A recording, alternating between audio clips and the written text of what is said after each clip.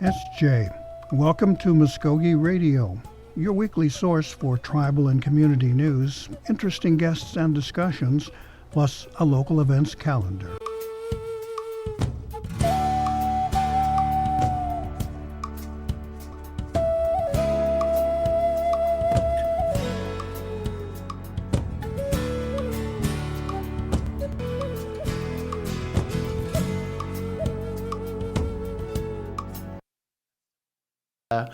A lot of the favorites and whatnot are still there, but it is very different. So, some of our events have changed times. Some items have actually changed locations.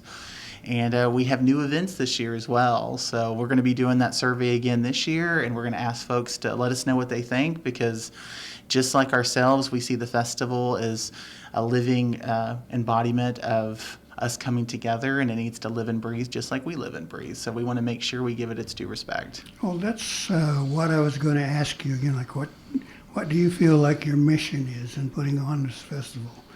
I see it as very multifaceted. I see the festival as a somewhat family reunion, everyone coming back, seeing folks that they only get to see a few times of the year. I see it as a time that we get to come together. Some of us may live closer to each other on the res, but we don't always get the chance to, have a day to where we can just, have some laughs and have some good food and watch some good, sports tournaments like softball and just really enjoy ourselves and remember what this is. This is a celebration of prosperity, that we are still here, we are still vibrant, and we have each other, and we're thankful for that. So I see it as very multifaceted. That's wonderful. People get to play in all sorts of venues. You mentioned the sports. Has that been affected at all by the pause in your action because of the pandemic, anything like that? It's kind of went up and down. The interest is still there. So we've wanted to make sure that we've changed things to make sure it aligns with what is, I guess, now the new normal of 2023. I don't know if we'll ever get back to pre-2020. Yeah. But I know the interest is still there for our slow pitch tournaments and our fast pitch. This year we're actually bringing back the basketball tournament as a 3-on-3 event. Last year we tried to switch it to 5-on-5, but we just want to make sure and have something for everyone. Everyone has a different walk in life, and we want to make sure that the festival represents everybody, all age groups. And it's open to everyone, right? Yes, it is free to attend for everyone. This is for all Mvskoke citizens. It is all for community citizens, everyone on the res. We have worldwide travelers as well. So this is a day we say, forget about money, come in, enjoy yourself, and have a good time. Let's celebrate another prosperous year at the Mvskoke Nation. So we will invite everyone. So I would imagine the food vendors and the other arts and crafts vendors might say something different about that. No money necessary. I mean, I try and have a bunch in my pocket, because it go by and you just can't resist the Indian tacos or the burgers or whatever else, and try and find a nice little gift for my wife. And oh yeah, we market the festival all over the country, and folks tell us all the time that they're so thankful that they can offset. So by not having these ticket prices or parking prices, what we're doing is we're allowing folks to come in and spend more money with our artists, spend more money with our food vendors. And so, we can say all these events are free to attend, and so that just gives them those funds to buy more of those Indian tacos and more of those presents. So we want to make sure and keep everything going on the track. Right. Well, come on out there, and maybe we'll cross trails, folks. You'll recognize me by my greasy face. The schedule of events has kind of spread things out this year. So got some changes to locations and sports, right? Yes, yeah. So this year, the All Indian Rodeo is actually the third weekend in June, so that's actually this weekend. We've also shifted our volleyball tournament and also our horseshoe tournament as well. So all three of those events are this weekend, the slow pitch weekend. Is it because you're so crowded, or you just need the physical space, or the timing, or all three? It's actually a little bit of all three. So, we always try to listen to our coordinators. The festival is very, very blessed. Everyone working at the festival is choosing to be there. So when you see those blue volunteer shirts, which this year that's also changed. They're going to be a mint green shirt. All of those folks are choosing to spend their time with us. And so we touch base with our event organizers, our coordinators, and they let us know, hey, if we could change it to this way, or our participants want that way. And so with regards to the volleyball and the horseshoes and the rodeo, shifting them to the third weekend made it more possible for more people to attend them. You also get a little bit more of an intimate experience. So let's say you're playing volleyball, you don't have as many people out there. You can actually maybe get more family members to join in because you're not competing with fast pitch anymore. And with the rodeo specifically, they bring a lot of stock trailers. And so people are always looking for that good parking spot. And so by shifting the All-Indian Rodeo to the third weekend, we won't have as many stock trailers on the fourth weekend because we will still be utilizing that rodeo arena. It'll just be a bull riding event. So we're trying to find a way to make it easier for people to come and see us and make it a more enjoyable time. But so many people will not have to park downwind of the stock trailers. Right? Oh, yeah. Yeah. See, there's bonus right there. Okay. Well, we've kind of wondered about the changes that have been made, whether or not they've been approved in some sort of manner, but you're telling me that you've gone over some of your past research, and this is the direction that they're telling you that they want to see and participate. We try to listen. Each year we always ask for feedback, and people always tell us the same thing. It's too hot. If we could fix that, we would. But yeah, we're looking to change things up this year. If it's well received, we will keep going forward. If things need to change, we'll change them. We want to make sure this will always be a Mvskoke festival we can be proud of. Now, you mentioned the weather. I think that's important for us to touch on. It's June. It's always hot and dusty. People kind of kick up the dust and wear down the grass. But do you have preparations for that sort of thing? Do you have medical or related security to help people in case the weather does get them? Oh, yes. Yeah. We work very closely with our health department, our emergency management department, and also Light Horse Police. And so we've been meeting monthly, making sure that we have all of those services available. So we will have our first aid tent. It will be staffed with medical personnel and supplies. We always have EMTs on site as well. Some of our events, like the rodeo, for instance, actually has to have an ambulance. So we always try to make sure that we have those plans in place. So if people do need assistance or if they need to cool down, we have the proper personnel and the supplies already there on site. That's great. Now, air conditioning sites, are there any there that people can duck into to kind of give some relief? So there is a cool down tent for medical purposes. The dome sometimes is used as a cooling down zone as well. Right. Gospel singing is inside there on Saturday of the festival. We have our cornhole tournament, our basketball tournament. So there's usually something going on in there. But something else that's also changed and will be new is we have moved the carnival rides. And so where the carnival rides have been in the past, we're actually adding 2 new tents filled with furniture and fans and lights so people will have more places to eat. So when you buy food from our food vendors, or you would just like to sit down and take a moment and get some breeze, even if it's manufactured breeze, there'll be more places to sit as well to enjoy that food and to take that rest. Now, where will this added space be located?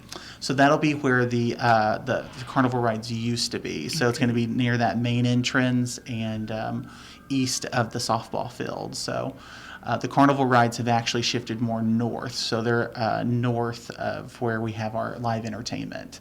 There's a big grassy area out there that all the carnival rides will be able to spread out a little bit more. So, like I said, we're interested to see how this all works out, but we hope folks enjoy all the different plans that's been put into action. It sounds like a little bit of a longer walk to get to the rides, but maybe that'll burn off some of that energy with all these kids. Oh yeah, and the safe space parking lot is back there as well. So sometimes, although visually it looks like it's closer to park in the front of the Omniplex, sometimes it is actually closer to park in the back. Mm-hmm. And now, let's talk about parking. I mean, that's always been an issue. Yes. Long lines of people waiting to get in, and then figuring out where they're going to sit. So has anything changed for parking, or is it pretty much what people have come to expect? So it's going to be very similar to last year. So we will have areas that are barricaded off. We want to make sure that we are prepared for all security concerns, for all safety concerns. But one thing that I'm very happy to report is they just actually paved some of the roads over there. So the road that's actually west of the softball complex has always been gravel. It is actually a brand new paved road that is very smooth and very easy to use. And yesterday they were actually repaving the main entry road as well. So they're trying to make sure that these roads are in good working order. It's very easy to go through with large crowds. So, and we will also have our parking attendants again to help guide folks on which direction is the proper direction to enter and exit. Right, and they're wearing vests and Yes. easily identifiable. Yes. Here's a question that's been kicking around. Yeah, a couple of years back, you had a splash pad available for the little kids. Yes. But we haven't seen it in a little bit. Is that taken off the table now? Or are you going to expect to open it up? I'm not sure what the plans are for the splash pad. I'm not over the Omniplex anymore. But I know with regards to the festival, we don't have a plan for it to be used. Okay. Last year, we did actually request for it to be turned on, and it was turned on for mostly on Friday. But the problem with the landscape over there is the water from the splash pad actually started draining into an area that was full of electrical equipment. Whoa, And so we caught it before it actually got to that area. Yeah. But, with the risk of water and electricity, we'll probably keep it completely turned off. But however, they could have updated that as well, since they're going very fast at the Omniplex right now. So. Well, we hope it returns in some form, because I saw it was so popular. The little guys just loved it. Okay, that's kind of dancing around the edges of what we need to talk about. Now, we've got an incredible schedule of events, so we got time to run through those and see what we can do to elaborate. It actually begins on the 16th with slow pitch, right? And the rodeo. Yes, that's correct. Yes, our slow pitch tournament will kick off on Friday, June 16th, and like I said, the rodeo, that grand entry, I believe is still scheduled for that Friday. So it'll kick off the slow pitch weekend with 2 different events going on Friday. That's starting at 7 and 7:30. Yes, and our updated schedule can be found at MvskokeNationFestival.com. But yes, on Saturday, on the 17th of June, we'll have our tennis tournament. The slow pitch tournament will actually continue as well. Our volleyball tournament and horseshoes will kick off, as well as our basketball 3-on-3 adult tournament. We'll also be doing some traditional games such as blow darts and a bow shoot, and then a tomahawk throw as well. Okay, now is that bow shoot the cornstalk shoot kind of thing? Or? Yes, John Brown is actually the coordinator of that. Right, okay, a lot of stuff. And then on Sunday, we're going to be finishing up that tennis tournament, finishing up that slow pitch, and then kicking off our second cornhole tournament. So this is the second time we've had cornhole. Last year was a giant success. Our coordinator, Latasha Monawi, and Eric Taylor did a fabulous job last year, and we're thankful they're back coming this year to put on another great tournament. Wow, that sport has been growing in popularity in the last few years. Okay, and then something on Thursday the 22nd that's close to my heart. And I hate to blow my own horn, but yours truly was named as one of the living legends this year. And congrats on that. Oh, thanks. I'm just glad I'm still around to enjoy it. Enough of that, but there are others that will be involved. Now, that is at Faith Church up in Glenpool, right? Yes. Starting at 11. Yes, 11 a.m. on Thursday, June 22nd is with Living Legends. And then we'll kick off that night with our annual festival stomp dance. Fish Pond Ground is actually coordinating that this year. And based on last year's information, we've also been requested to start our carnival rides on Thursday night as well. So they'll be starting at 7 o'clock as well. So be a very different experience, very different night. Like I said, some folks put in these requests in our surveys, and so we'll see how it works out. We're going to talk with our carnival vendor and look for good fellowship, good times, and memories to be made. Okay, moving on to Friday the 23rd there. Yes, so on Friday, June 23rd, we'll start off with our Junior Olympics at Harmon Stadium. They'll be setting up there starting at 6 in the morning, getting ready for everything. Our senior activities, coordinated from Elder Services, will be starting at 8 a.m. 9 a.m. we'll be having our golf tournament at Fountainhead Creek Golf Course in Eufaula. And then at 11 a.m., our fun fair, arts and crafts, and our food vendors start. So all that food will be starting to be made, getting ready for lunch. Our artisans will be setting up, getting ready to start retail sales, and then also those carnival rides. And then later that night, we'll have our first ever bull riding event during the festival. And so that was at an event I mentioned earlier that we wanted to make sure to have something at the rodeo arena, but we won't have stock trailers filling up our parking lots. So people will still be able to have an event to attend, but it'll free up a little bit more parking. Yeah, well, that bull riding has got to be kind of one of the highlight events of the whole rodeos. Like people watching the March Madness or the Super Bowl and so that. Imagine sitting on top of a 1,000-pound bull that wants to stomp you into the mud. Yeah, I'm hopeful I get to go. It's kind of been a running joke. I've never been able to attend our rodeo because it conflicts with entertainment, and I'm the entertainment coordinator. And so I just talked to our stock contractor and said the only time I made it over there was I got my golf cart just in time for them to say, "Thank you for coming to the Mvskoke Nation Rodeo." But because we've changed the rodeo now I'll actually have the chance to try to go there. Oh, boy. But we'll also be kicking off our fast pitch softball tournament on that Friday, June 23rd as well at 7 p.m. So, like I said, it'll be a very fun kickoff of the festival weekend on that Thursday and Friday. Now, we come to the point that a lot of people are interested in. I know you've made an announcement already, but 7 p.m. that night, your first of the live entertainment. And who have you got lined up this year? So this year for Country Night, we're going to have Cam as our opener. She's known for different country songs. Her big hit was in 2015, Burning House. And then we have Pat Green as our headliner with country. He's very well known as a Texas superstar, and he'll be at 9 p.m. on that Friday, June 23rd. After Pat Green finishes his set, of course, we will have our annual fireworks show. So it's one of my favorite things about festival is as soon as the last note's played at entertainment, boom, here comes the fireworks. So that will return as well. Now, where will the fireworks area be? So, where you can see them or where we actually shoot them off? Actually, where you can, for our listeners, where they can see them. You should be able to see them anywhere in the Omniplex. So if you're at the softball fields or if you're at the rodeo arena or if you're at that concert, you will be able to see them. You'll be looking north. Okay. Now, let's see. We should boogie on to Saturday there. Yeah, Saturday, our day starts early at 7:30 in the morning at our Festival 5K. And then our fast pitch tournament, of course, starts kicking off again at 9 a.m. And then we start at 10 a.m. on Saturday, June 24th, our basketball 3-on-3. That's the youth tournament. The adult tournament, like I said, was the previous weekend. We will have our annual Mvskoke Nation Parade in downtown Okmulgee. I know folks always love to see all the different flags and see the different floats. And then following that, there will be a meet and greet at the Safe Space with Principal Chief Hill and Second Chief Beaver.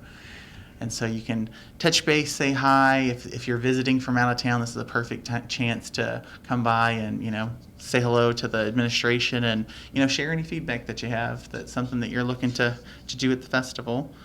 And then our fun fair, arts and crafts, and food vendors, of course, kick off at 11 in the morning. It's another 12 hours of fun. And our gospel singing will be starting at 4 p.m. as well as the Legends softball reunion. That was a new event from 2022, and it's like I said, back for 2023. It was very successful. Are these old veterans coming back? Legends? Do I have to play softball?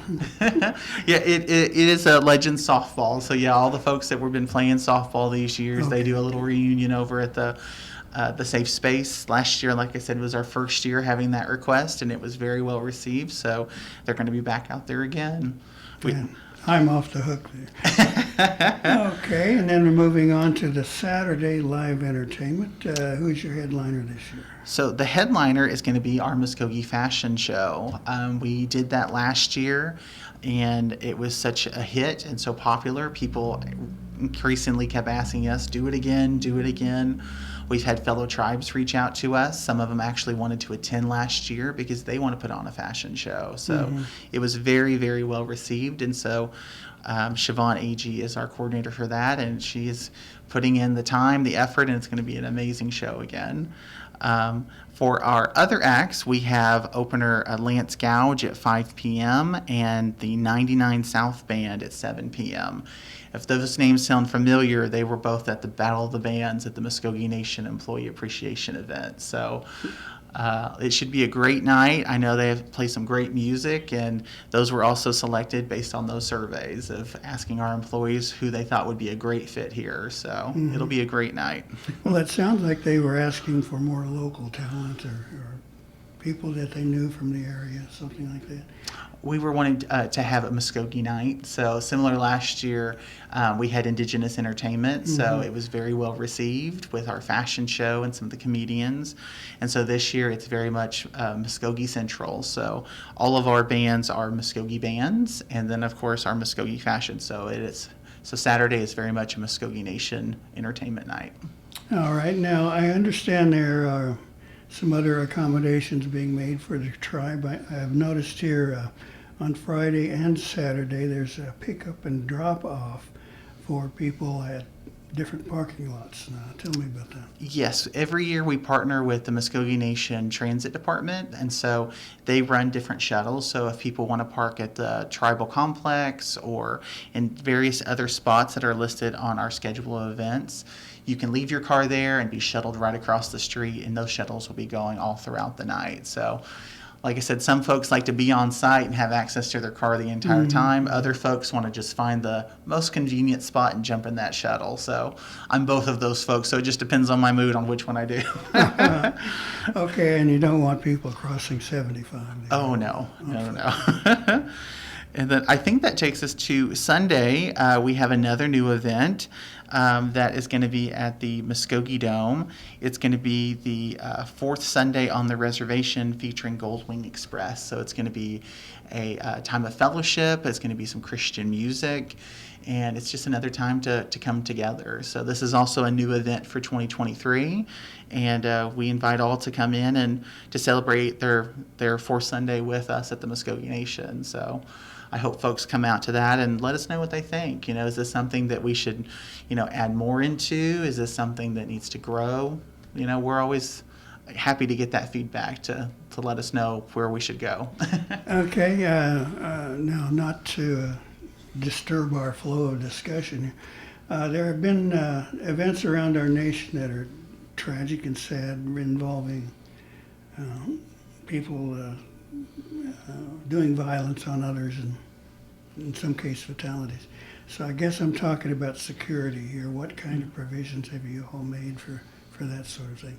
I presume no weapons are allowed to Oh, yes, yeah. No weapons are allowed. No ice chests are allowed either. And that's not on the purpose of like drinks and water. It's because we can't see what's in the ice chest, because this is a family event. No alcohol is allowed on the premises. But Light Horse is perfectly fine with folks bringing that bottled water with them. If you can see it, you can bring food. But I don't know why you would want to when you can buy great food there. I know. But no, we work with Light Horse, and they actually reach out to other agencies. We hire some additional officers. So we beef up the security there. Light Horse Police has done a wonderful job at making sure the festival is safe. It is secure, and they are there for anything that may pop up. So we have a lot of different agencies all working together, both federally and also tribally as well. Now, I understand in the past years they've increased their presence. They put up those little portable towers. Oh, yeah. Somebody asked me, why don't they have a PA system so they could announce things? Is that available this year? So different areas can do announcements, like the softball fields can do an announcement, entertainment. The problem is there's just so much noise. Yeah. And when I say noise, it's literally, there's the kids on the carnival rides, having their best time. there's the music with the carnival rides, there's sound checks at entertainment, then of course the crowds at the softball fields. So sometimes it's hard to even trying to make an announcement. So we do a lot of regional announcements. Okay, yeah. So if there's something at the softball, it usually stays contained to the softball. Sometimes we'll go there. But like I said, the festival has been pretty blessed with those different security features and those light towers and surveillance systems. Like I said, we're very blessed at the Mvskoke Nation. I've seen in past years, one thing I thought was a wonderful idea was security measures for children. Yeah, we've got the lumberyard conducting a parade right outside our studio. But in past years, then when they bring little kids in, they can get ID wristbands, in case they get lost, just parents, their phone number. Yes. Will you be repeating that? Yes, so we will have a designated area for lost children as well as signage as well. So that will be very much similar to last year. So we'll have those signs. If there is a child that is lost, we'll be announcing that, and they'll be looking for those wristbands as well. Okay, well, let's wrap this up. Is there anything else we need to touch on other than inviting everyone to come enjoy? No, like I said, our festival schedule can be found at MvskokeNationFestival.com.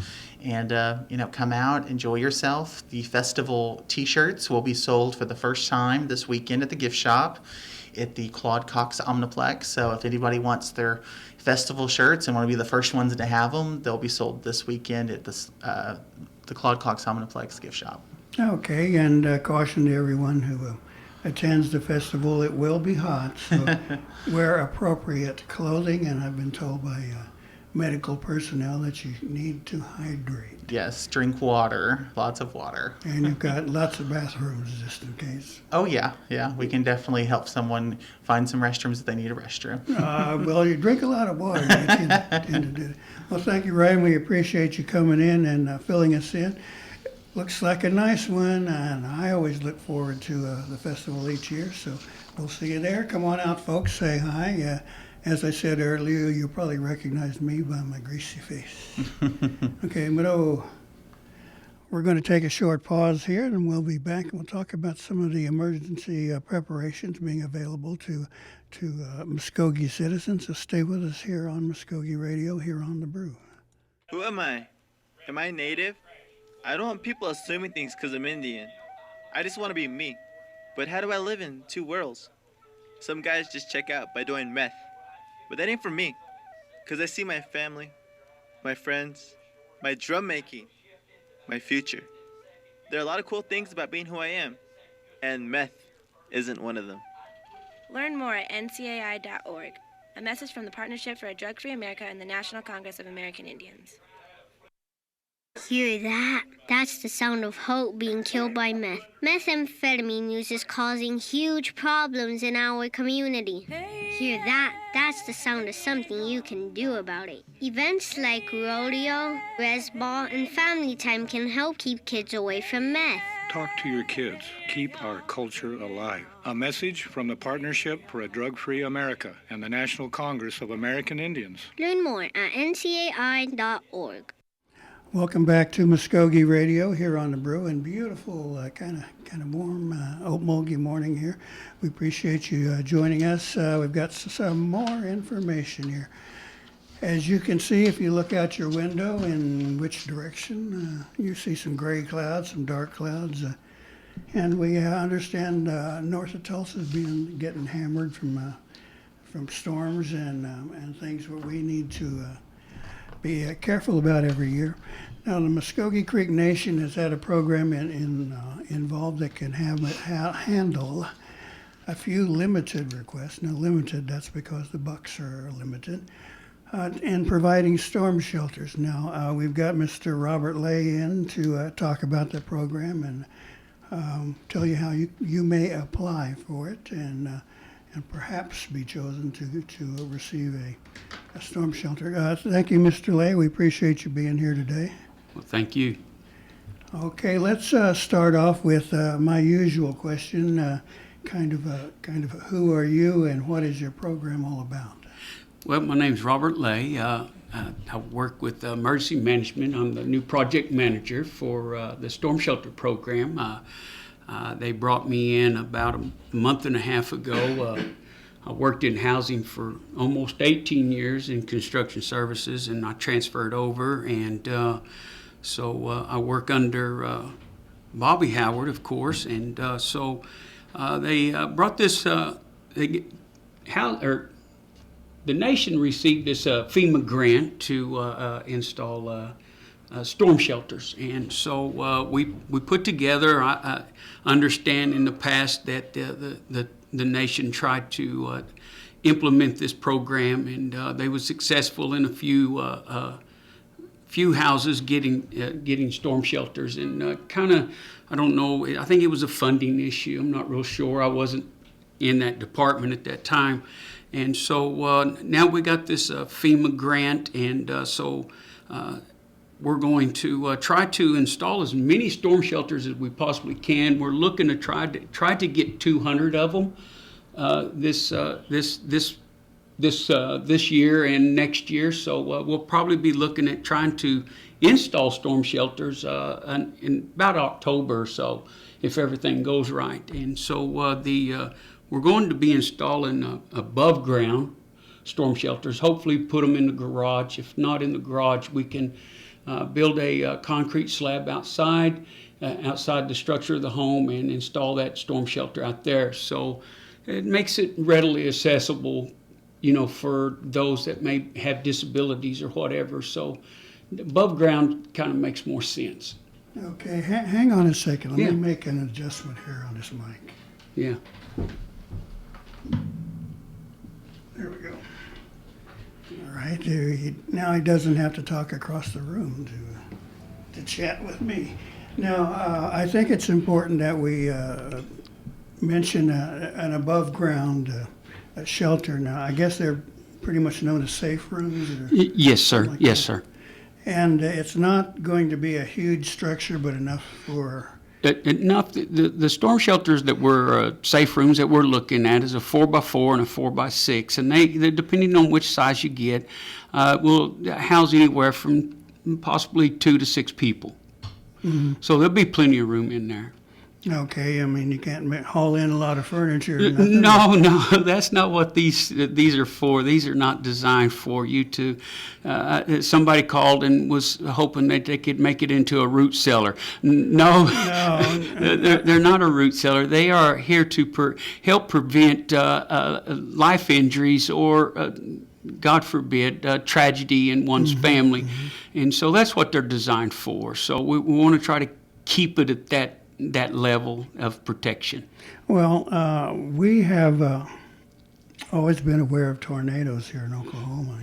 Yes. I was pretty much raised here. How about you? I was raised here, right in the great big town of Schulter. That's where I was. Okay, it's a big one in here. Yeah. So don't blink your eye when you drive on 75. You will miss it. And so, yeah, I've lived in Oklahoma my whole life. So your tornado season. Yes, sir. That's my wife. To me, I don't get too worried about it. My wife, she says, "How come we don't have a storm shelter?" I don't know. She says, "We need one." I said, "Well, I know, but we don't have one." Yeah. Besides this program, I presume people could go out and buy one. Yes, there is other programs out there that I think the state of Oklahoma has their emergency management. I think they also have it's kind of like a funding type deal. So you apply through the state as well, and you can get. I think they'll refund you so much money. So, but this in here that we have with the nation is, I think I've looked over the program pretty good and studied it, and I think this is a great opportunity for our citizens to apply for a storm shelter that would benefit them in due of a storm. And I think this is a great opportunity for this to happen. The whole program itself is based off of a point system, so it's not a first come, first serve. I think in years past, I think they've done first come, first serve. And so this way, it's based off a point system. If you'll go to the Mvskoke Creek Nation webpage, and you click on the program. You can click on that program, and you can scroll down the program, and you'll see the storm shelter application. If you click on that, that'll send you immediately to the Camp House portal, was where we're trying to direct everybody to the Camp House portal. So you can click on the Camp House portal and log in. If you don't have an account, you can create an account right there. And if you run into issues or anything, there's a big old green help button right there. You can click on that, and that will help you with anything you need. And then you can, once you get logged into that Camp House portal, you can see the storm shelter application. You click on that, and it's got a series of questions and documents for you to download, and then you click submit, and I'll get an email showing that you submitted your application. Now, this application process is extremely important. As you mentioned earlier, it is not a first come, first serve. I presume that didn't work out real well. But in past years, when we've talked to staff people about this program, they said, well, it's the point system is what they're looking at. Yeah. And so those most in need are kind of rising to the top who Yes. check off those points. Yeah. Yes, there's like for instance, we have the ages, the elder ages between 55 and 65. You get 1 point. Citizens over the age of 65, you get 2 points. Ambulatory disability, which you got to have a doctor's note for that type of service. Limit and restrictions on your limitations, you get a point for that. Then of course our veterans, they get a point as well. Then if you live in a rural area, there's another point. A manufactured home, be sure, I've had some folks to apply that has had a manufactured home but didn't supply the proper documentation, such as a title. Most manufactured homes, if you live in a trailer house, if you they don't understand what that is, that they come with a title. So we'll need a copy of that title, just showing that you are the owner of that home in which you live in. And then there's caregivers and so forth and so on. You know, there's all kinds of opportunities for the citizen to apply and maybe score more points. Right. Would you have to supply some proof of being a landowner? Yes, you have to provide a deed with your name on it, of the person that's applying. Their name has to be attached to that deed. Also, you'll need to provide some type of utility bill and provide that information. And if you have a mortgage on your home, make sure you can provide some type of like a document stating that you're in good standing with your mortgage holder, whether you have that loan through the NAHASDA program, or whether you have it through one of the local bank or a national bank or something. Make sure you provide some type of information showing that you're in good standing with them. Now, this requirement would have to, I guess, eliminate people living in rental properties. Yes. No rental properties or of that nature will be approved. You're not going to make the improvement for that landlord, then? No, sir. Now, I guess the number of applications is got to be pretty big. So this system kind of narrows it down, whittles it down pretty quick to those who really needed to have this kind of support, right? Yeah. We'd like to try to, like I said, we're trying to get at least 200 of applicants to apply, and we're not close there. We're not close, and applicants is going to be able to apply till August the 31st. So if those that are listening, man, I encourage you to get on the Camp House portal, get your application turned in. And somebody was like, well, I don't know if I'll be approved or not. Well, you won't know until you put in your application. If you don't apply, I can guarantee you You will not get You approved. will. You will not get approved. And right now, this program, because this is a FEMA funded, we're kind of limited about the jurisdiction of areas where we can go. So we're staying within the reservation boundaries. So if you live outside the boundaries, I would ask you to reach out to your state officials, your Oklahoma Emergency Management, reach out to them, or maybe your local government or something. If you live outside the boundaries, you can. There's other avenues that you can take. So yeah. Now, you raised an interesting point there, jurisdiction. And I guess a lot of things have changed since the McGirt decision. Does that affect what you do here? Well, we're not really. Okay. It really doesn't affect, but we're just staying within the reservational boundaries. Right. And now next year, I understand that this boundary may be widened as not the reservation boundary, but the boundaries of doing this this storm shelter program. Now that's not a guarantee yet. I know it was in discussion whether that's has reached to the plateau of we're going to do that or not is beyond my scope of work. Mm-hmm. As those jurisdictional questions get settled out, hopefully, if the governor will leave the darn thing alone. Yeah. We hope that it sounds like you're looking to serve even more citizens with these kinds of shelters, but that's not a guarantee.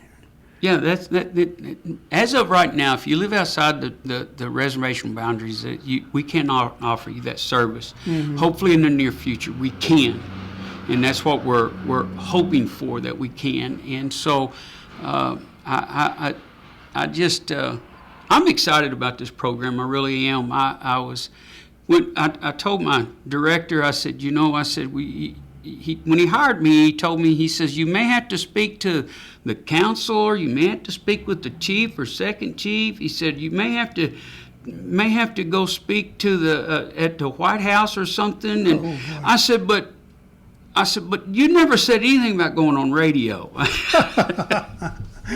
Well, let me tell you, I've never lost a guest. I got close once, I think, and I don't leave any bite marks. So.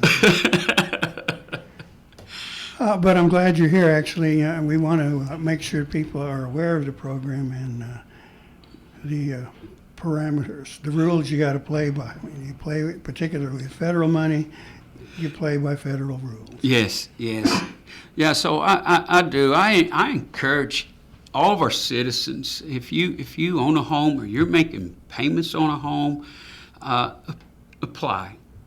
Mm-hmm. Go to the Camp House portal.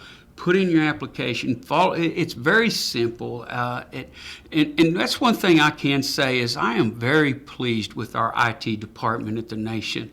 There's a couple of guys there that because when I was given this project, I was told you got 30 days to get this thing on the Camp House portal. Well, IT says it takes 3 to 4 months to run all these. Put this together and to make this happen, well, we got to get the ball rolling. And so I want to give a big a round of applause for them guys in IT. Them guys, they stopped everything they were doing to see that this program was on the Camp House portal and it was functioning very, very properly. And so them guys had really achieved a lot in getting this thing together to put it on the Camp House portal. And so kudos to them guys in our IT department. And if you get on the Camp House portal, like I said, and there is that big green button up there you can push for help if you're having problems. And if not, you can give the Camp House portal people a call. And that phone number is, if I can give it out, is 918-549-2760. Again, that's 918-549-2760. And you can, if you have problems trying to get your information in there, you can contact them. And if you have any other questions, you can always go to the storm shelter program, and there's my email address is on there. You can send me an email, and my phone number is 918-549-2701. And so if you have questions, you can feel free to call me, shoot me an email, and I'll be glad to talk with you and see if we can get you pointed in the right direction. Well, you just answered my next question, which is actually what kind of help. I get intimidated by having to fill out official applications. Right. You're asking for some documentation there that I could probably find, but sometimes I'm not sure what I'm looking for. So, Right. So if they have a problem, they can give you a ring, and maybe You can bet. You just call me. hand in hand and walk them through it. And if I'm not in the office, which most of the time I am, but if I'm not in the office, you can always leave me a voicemail, and I will get back with you. If it's not today, it will be with the next 24 hours. I will get back with you. Okay, let me ask a question here now about the shelters themselves. Now, your announcement flyer here has this rectangular. It looks like a big refrigerator is what it looks like. It looks like a big refrigerator. Yes. Now, we've seen other commercials where people are selling these things, and somebody fires a 2x4 at one of the walls, and it stops and shatters. Now, is that accurate? Is that kind of protection available through these things? Yes, sir. That's what we're looking at getting, and that's what we want, and we won't accept anything less than that. These storm shelters, we're requiring our contractors to make sure that they provide us with an impact testing as well. We need a certificate of that nature, and so I have seen some of the companies that we're looking at. I've looked at their website, and I think one particular company, which I won't name, they had a vehicle being dropped from the heavens on top of it, and the car is crushed, but the storm shelter's still standing. Oh, well, I guess I was kind of leading into that sort of thing. I would imagine a lot of folks might want to have such a shelter placed inside their dwelling somewhere, like in a garage, or something like that. And your analogy there of having a car dropped on it isn't so far-fetched. If you're parked next to your SUV and you got an F4, deciding to move your home. Right. So people should be able to survive something like that whahout injury. I really think so. I have that much confidence in it. I think that there's a good chance that as long as the doors are getting latched like they should, and that they're maintaining maintenance of any that may, if they find something, make sure you maintain that thing, and don't fill it up with your commodities that you can't get back in there. So make sure you keep it accessible, make sure it's empty, and you can get in it. Well, I don't know. I'd probably want to save my block of cheese. Well, that stuff is liquid gold. So, yes, I totally understand that. It could be currency. Yeah, it could be. I can see that. Now, the size limitations, you say, were anywhere from like 2 to 6 people, depending on the size? Yes, sir. So average home, you're looking, let's say 4 people now. Can if you have 4 people, you should be able to fit comfortably in either one. That might even include your cat or dog too. Yeah, it might get foo-foo in there. Now, speaking of, now this is just to keep you alive, keep you from getting blown away, and any other considerations such as the urge. It ain't going to happen there, right? I mean, unless you bring your own bucket or something like that. Yeah, unless you bring your own bucket. Okay. Sorry, we have to get on such a morbid topic. That's, the realities. Now we're thinking if people are going to be inside one of these things, do you have any feel for how long that might last? Well, so let's say, for instance, there is a tornado in your neighborhood and you are in your storm shelter. Our citizens are required to sign a form which allows the location of the storm shelter to be entered into a GIS program, which tells us where the emergency management, where these storm shelters are located. And so in result of a storm in your area, a tornado in your area, we can always pull up the GIS map and we can locate your house and we can locate that storm shelter and send somebody to your location to make sure that everybody's fine. Now, I'd heard about a program like that. You call the police department or something and say, hey, I've got a shelter here. If something happens, we hope, hopefully we'll be, quote, rescued, unquote. Yeah. So that kind of works there, too. Yeah. All right. Now, as we've been talking, let's see, what else do we need to hit on?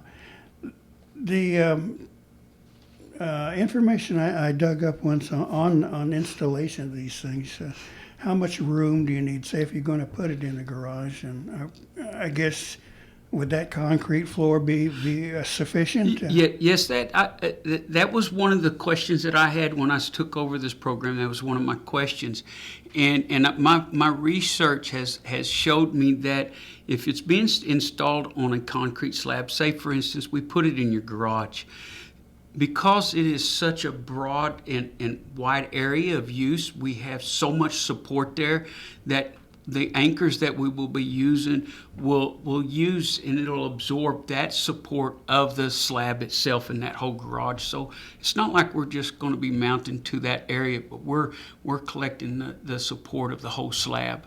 Okay, and how much room do you need? Well, if you're putting in a let's say a 4x4, you're going to need at least 20 square inches, 20 square feet there to take care, or not 20 square feet, 16, about 10 to 16 square feet of that area you'll need to make sure you got that room. Mm-hmm. And again, don't park your car in it and or in front of the door where you can't get in it. Yeah.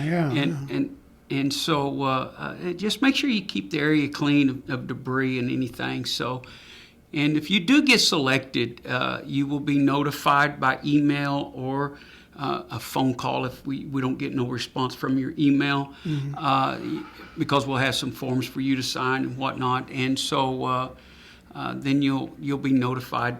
Once you get notified of these forms through the Camp House portal or by email, you'll fill out them forms and send them back to me. Then we'll put your name on the list for the installation. Mm-hmm. Now, this question, I guess, is a little more personal. I'm looking out for me here. Right. I've got space in my garage right now. The clearest I could accommodate is something like about a 4x7. Now, is that enough room? Or I can fit that in there. Okay. I can fit that in there. I think that'll be plenty of room. Okay, and then face the door away from yeah. any obstacles, and Yeah. park the Jeep outside. Yeah, but see, if you get approved, I will come out and I will inspect the Right, area, yeah, and we'll pick out a nice spot for it, and we'll go from there. And if that doesn't work, you mentioned an outside possibility there? Yes, if we can't install it in your garage, we will install it outside. I preferably do it within 25 feet of any exterior door, so I wouldn't advise putting it in your front yard by your front door. But hey, to each their own. So I would advise with putting it within 25 feet. I wouldn't want to put it way out there in the middle of a field, because here comes a tornado. Now here you are having to run. Yeah, and if you don't run real well, you're in trouble. Yeah, well, yeah. You put it in your backyard, because I would, because I got a grouchy neighbor that wouldn't like to see that big square thing in the middle of the front yard. Okay, now I guess we got a couple minutes left. Are there any important things that you want to bring up, or perhaps underline for us, or something we haven't discussed? Well, I don't have. I think we've pretty much covered everything. If I could just, encourage everybody, get on the Mvskoke Creek Nation website, and click on Camp House portal or the storm shelter application, and it'll send you to the Camp House portal, and you'll be able to fill that application out there. And if you don't have that means to do that, you can go to the programs, click on that, and it'll give you a drop down box. You can scroll down to the storm or to the emergency management. Click on emergency management, scroll down, you'll see the storm shelter program, and you can click on the application. You can print that off if you need to, and you can mail that in, and then I'll get it in the mail. Just there's information on the application, who to mail it to. Now, just because you apply is no guarantee that you will be chosen. I understand there are quite a number of people who apply. Yes. If you do apply and you don't get chosen this year, by all means, next year, apply again. Mm-hmm. You will have to fill out another application. I know that's frustrating sometimes, wow. but we have to do it. And so if you don't get selected this year, there's always next year. And just remember, next year, you're probably more likely to get selected. Okay, well, that's sound like a real bargain to get some home security. In a what is a dangerous situation, and the price is right? Are there any costs associated with it? No, there is no cost to the citizen at all. Okay. And so if you apply and you qualify, then you're in good shape then. Yes. You if you apply and you get qualified, you'll be sent a notification and to sign some forms and get them back to the storm shelter program department as quick as possible. Okay, and as we said earlier, you might get on the horn there if you want to apply, because it is quite popular and there's no guarantee of being accepted. Why don't you run your phone number by me one more time in case people are interested in talking with you? Yes, that's Robert Lay. And phone number is 918-549-2701. Okay, Mr. Lay, thank you so much. We appreciate you coming in and filling us in on the procedure for an application. And darn it, I'm going to get on that sucker myself and see if I can't do that. Would house in Glenpool qualify? Yes, sir. Okay. Yes, sir. Well, I think Glenpool. There's a point or two for me there. There you go. And we do own our own land there, but okay. There you go. All right, well, I'm going to get loose here. We're going to let things go. Mr. Lay is on his way out to take care of his business. And so we'll thank you all for listening, and welcome next week to more Mvskoke Radio.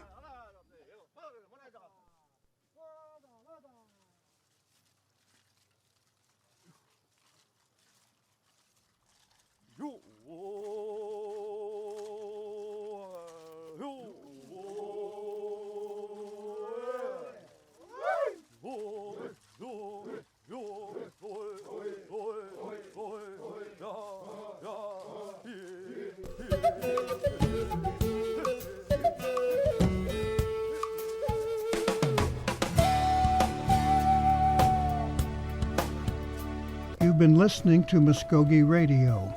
Join us again next week for more local, tribal, and community news and updates. Mvskoke.